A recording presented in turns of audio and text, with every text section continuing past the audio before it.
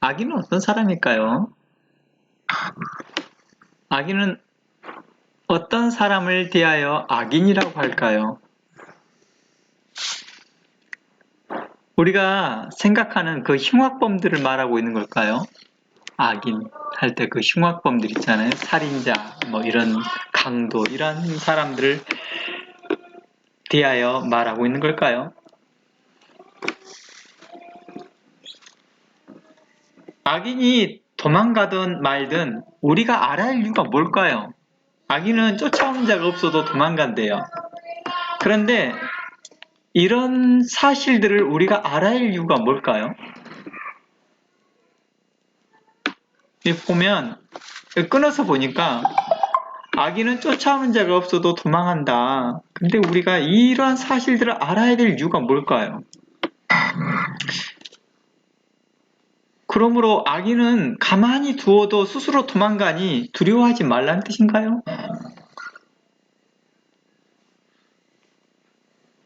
1절이 우리에게 던지는 시사하는 바가 뭘까요? 악인은 쫓아오는 자가 없어도 도망한다. 의인은 사자같이 담대하다 라고 말하고 있습니다. 어느 주석가의 말을 한번 전해보겠습니다. 어느 주석가는 악인에 대해서 설명하기를 이렇게 설명하였습니다. 오늘 이 본문의 잠언 28장 1절에 대한 주석입니다. 하나님을 알지 못하는 자, 하나님을 알지 못하는 자라고 하였습니다. 그럼 제가 이런 질문을 해보겠습니다. 하나님을 아는 자 중에 악한 자가 없을까요? 단순히 하나님을 알지 못하는 자로 말하기에는 추가적 설명이 없이는 충분한 설명이 안 될 것 같아요. 그렇죠? 일반적으로 우리가 하나님을 알지 못하는 자라고 할 때요. 일반적으로 우리는 그들을 하나님을 믿지 않는 세상 사람들을 가리킬 때 종종 사용되는 표현이거든요. 하나님을 알지 못하는 자. 그러므로 굳이 하나님을 알지 못하는 자라고 하려면 굳이 이 내용을 악인을 하나님을 알지 못하는 자다라고 규정하려고 한다면 우리는 추가적인 설명을 해줘야 됩니다. 예를 들어서 하나님을 진실로 아는 자는 하나님의 말씀대로 행하는 자이다 와 같은 추가적 설명을 해줘야 되겠죠. 그렇죠?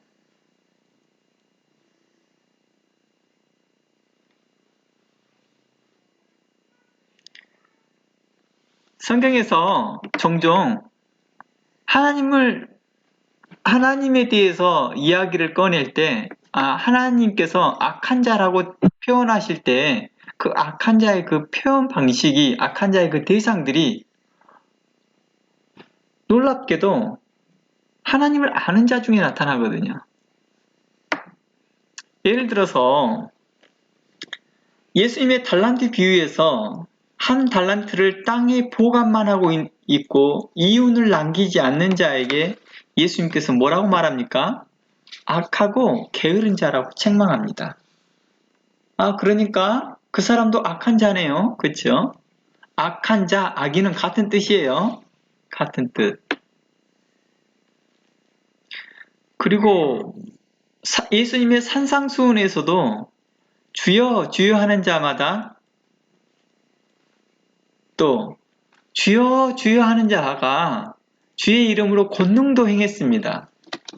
그런데요, 예수님은 그들을 향하여 불법을 행하는 자라고 책망합니다. 이 불법을 행하는 자와 악한 자는 또 동일신상이 있습니다. 불법을 행하니까 악한 자라고 하는 거예요.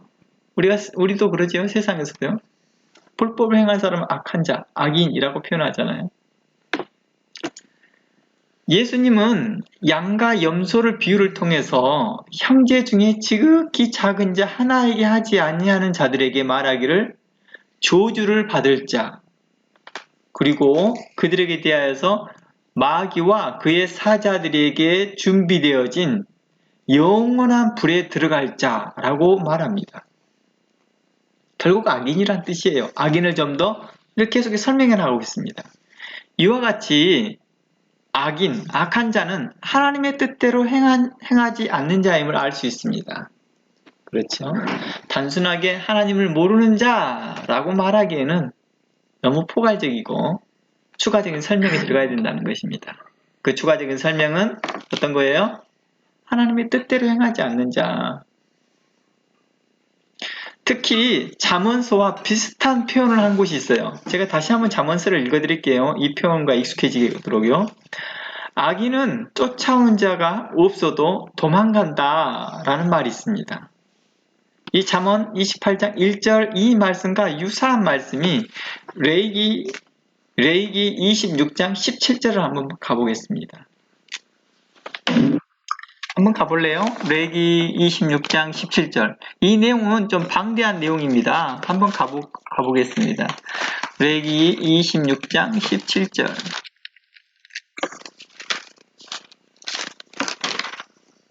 볼까요?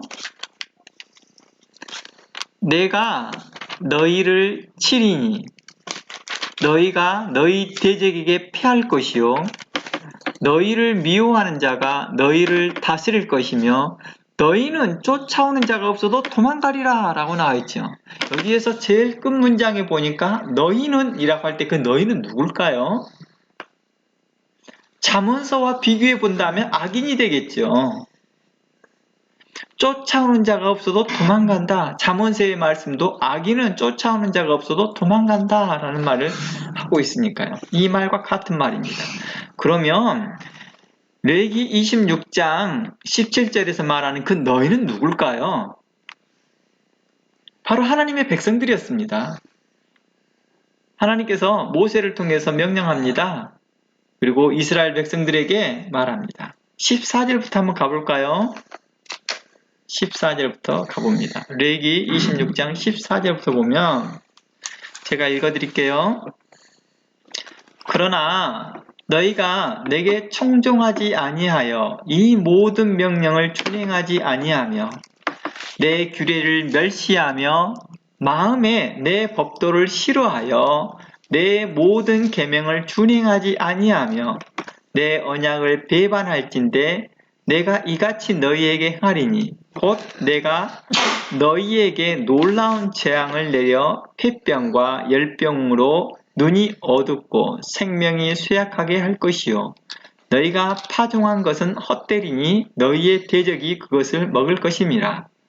내가 너희를 치리니 너희가 대적에게 패할 것이요 너희를 미워하는 자가 너희를 다스릴 것이며 너희는 쫓는 자가 없어도 도망가리라. 또 만일 너희가 그렇게까지 되어도 내게 청종하지 아니하면 너희의 죄로 말미암아 내가 너희를 7배나 더 징벌하리라. 내가 너희의 세력으로 말미암은 교만을 꺾고 너희의 하늘을 철과 같게 하며 너희의 땅을 녹과 같게 하리니 너희의 수고가 헛될지니라.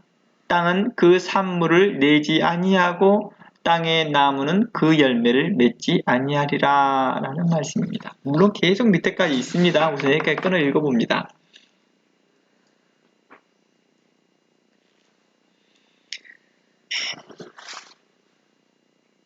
뭐 21절도 한번 추가해서 읽어볼까요? 너희가 나를 거스려 내게 청종하지 아니할진대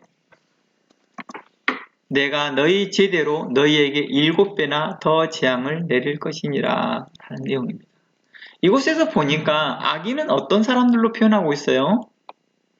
바로 하나님의 명령을 준행하지 않는 자, 하나님의 계명을 멸시하는 자, 하나님의 말씀을 싫어하는 자, 하나님의 계명을 준행하지 않는 자, 실천하지 않는 자, 언약을 배반하는 자, 말씀을 배반한 자라 하는 거겠죠.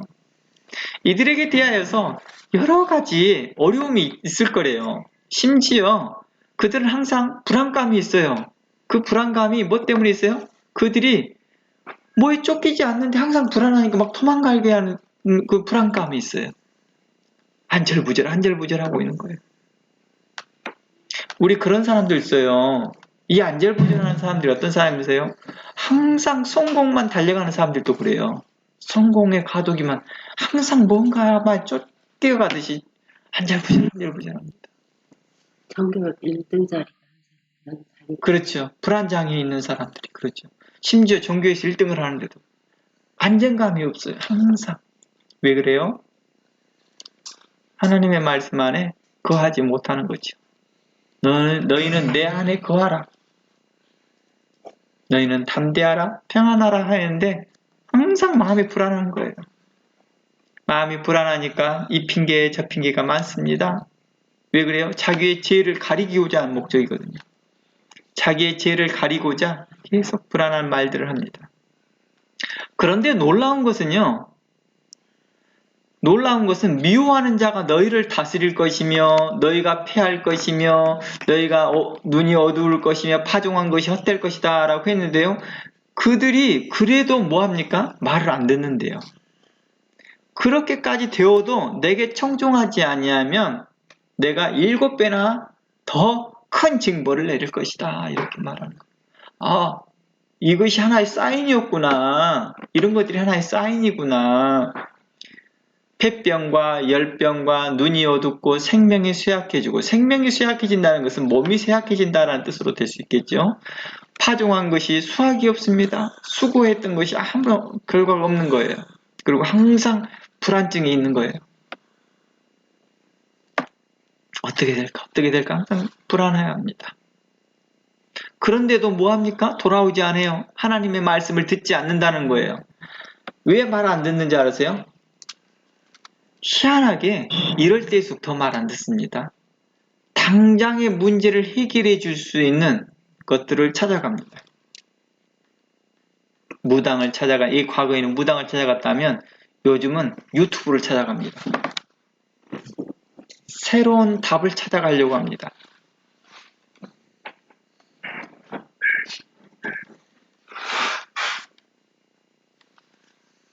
그러면서 그들의 교만을 꺾겠다 그럽니다. 하나님께서 너희의 교만을 꺾겠다라고 말합니다. 그래서 하늘을 철가같이 했다는 것은 뭐예요? 비가 내리지 않는 거죠. 땅을 녹과같이 이제 단단히 버려서 더 이상 수확물이 나오지 않게 하겠다는 것이죠. 그래서 너희의 수고가 헛될 것이며 땅의 산물은 나지 않을 것이며 땅의 나무에는 열매가 맺지 않을 것이다. 너희가 내게 청종하지 아니할진대, 내가 하나님의 말씀을 듣지 아니할진대 7배나 재앙이 있을 것이다. 즉 이곳에서 악인에 대해서 이야기를 한 것 보니까 악인은 어떤 사람이에요? 하나님의 말씀을 청종하지 않는 자. 단순히 청종만 하지 않는 것이 아니라 계속 설명했지만 어떤 거예요? 명령을 준행하지 않고 하나님의 말씀을 멸시한다는 거예요. 그리고 하나님 법도를 지키는 걸 싫어해요. 그런 걸 지키는 걸 싫어한다는 것입니다. 그리고 언약을 배반한다는 것은 바로 신앙을 배반하거나 말씀을 배반하는 걸 말하는 것이죠. 그러나 만일 청종하면 어떻게 되느냐? 이러한 청종하는 사람들은 의인이라고 말합니다. 26장 1절부터 이렇게 말합니다. 만일 청종하면 반대로 좋은 일들이 있겠죠.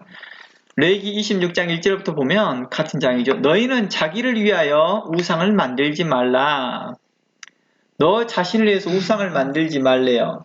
요즘 아이돌이라고 말하죠. 영어로. 주상을 세우지도 말며 너희 땅에 조각한 석상을 세우지도 말고 경배하지도 말라. 나는 너희 하나님 여호와니라. 왜 경배하지 말래요? 이게 답이다. 이게 해결책이다 라고 찾아가지 말라는 뜻입니다. 이 경배하지 말라는 뜻이요. 우상을 숭배하지 말라는 것은 어떤 해결책을 하나님 외의 것을 찾아가지 말라는 뜻입니다.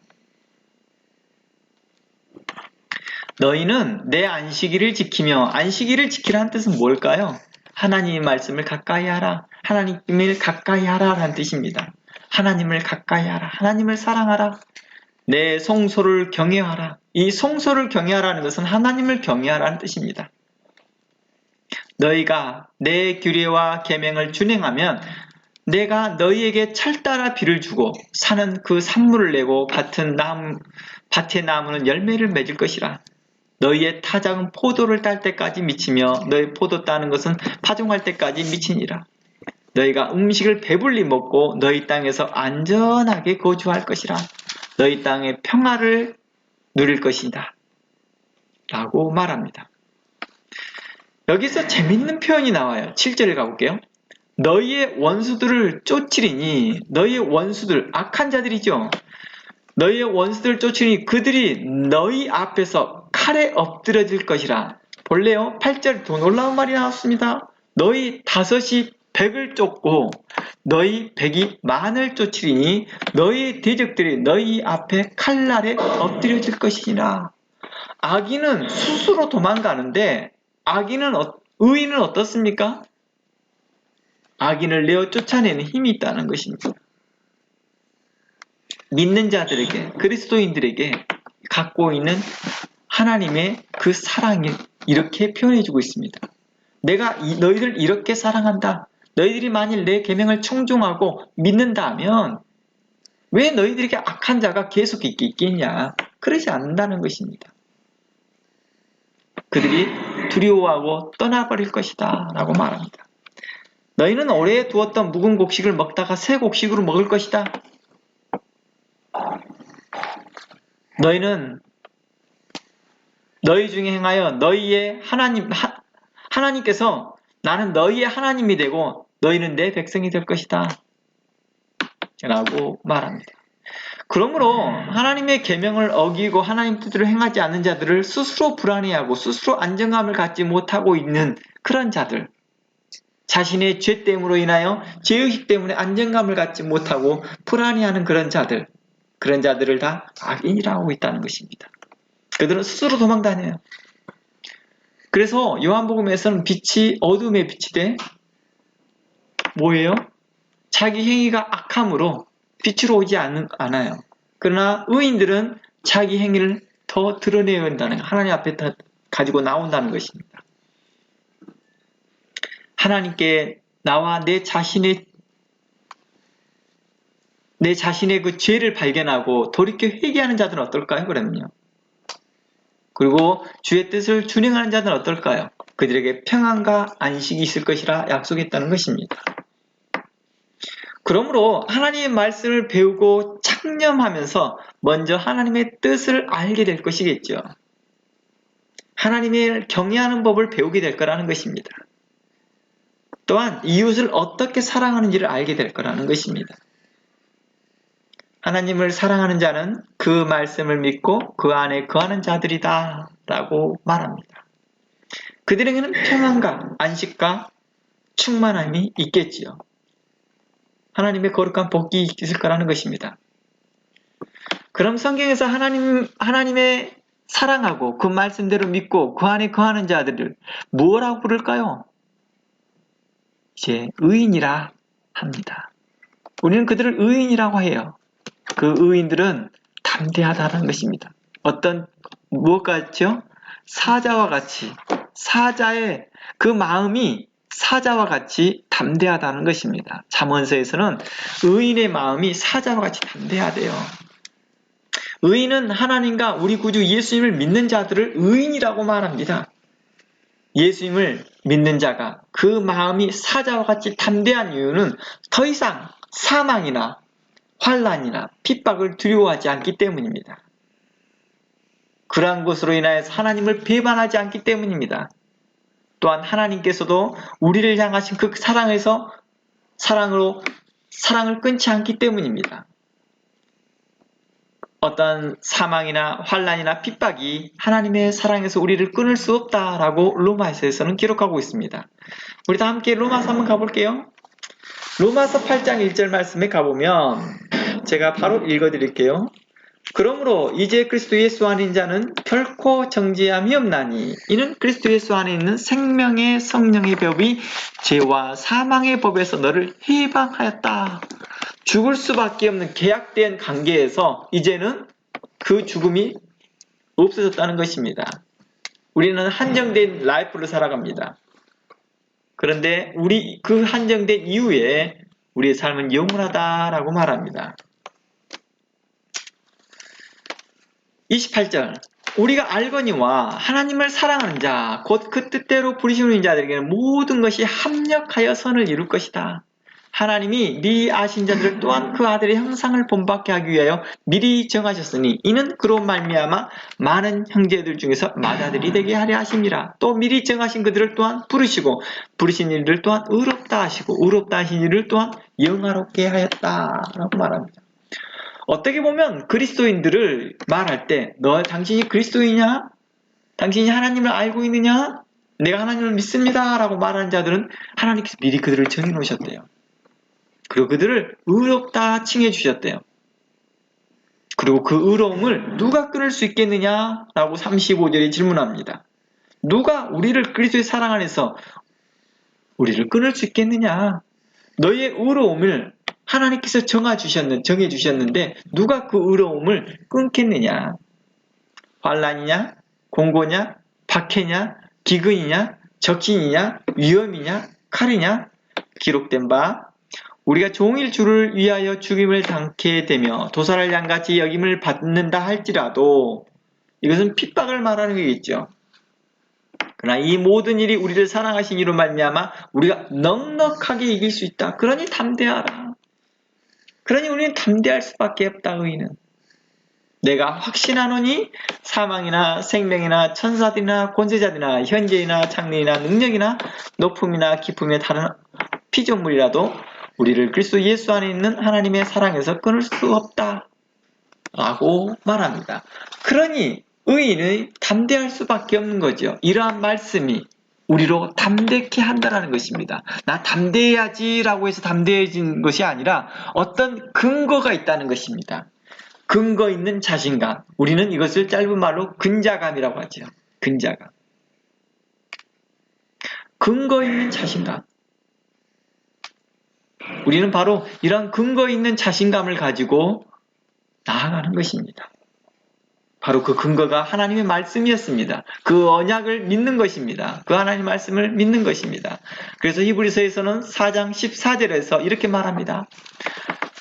그러므로 우리에게 큰 대제사장이 계시니 승천하시니 곧 하나님의 아들 예수시라. 우리가 믿는 도리를 굳게 잡을지라. 우리에게 있는 대제사장은 우리의 연약함을 동정 못하실 리가 아니다. 히브리서 4장 14절에서 우리에게 하나님의 아들 예수가 우리가 믿는 도리인데 그 도리를 굳게 잡으래요. 이 말씀은 너희는 레위기서의 말씀을 적용한다면 그 말씀 안에 거하는 것입니다. 청종하는 것입니다. 계명을 지켜 행하는 것입니다.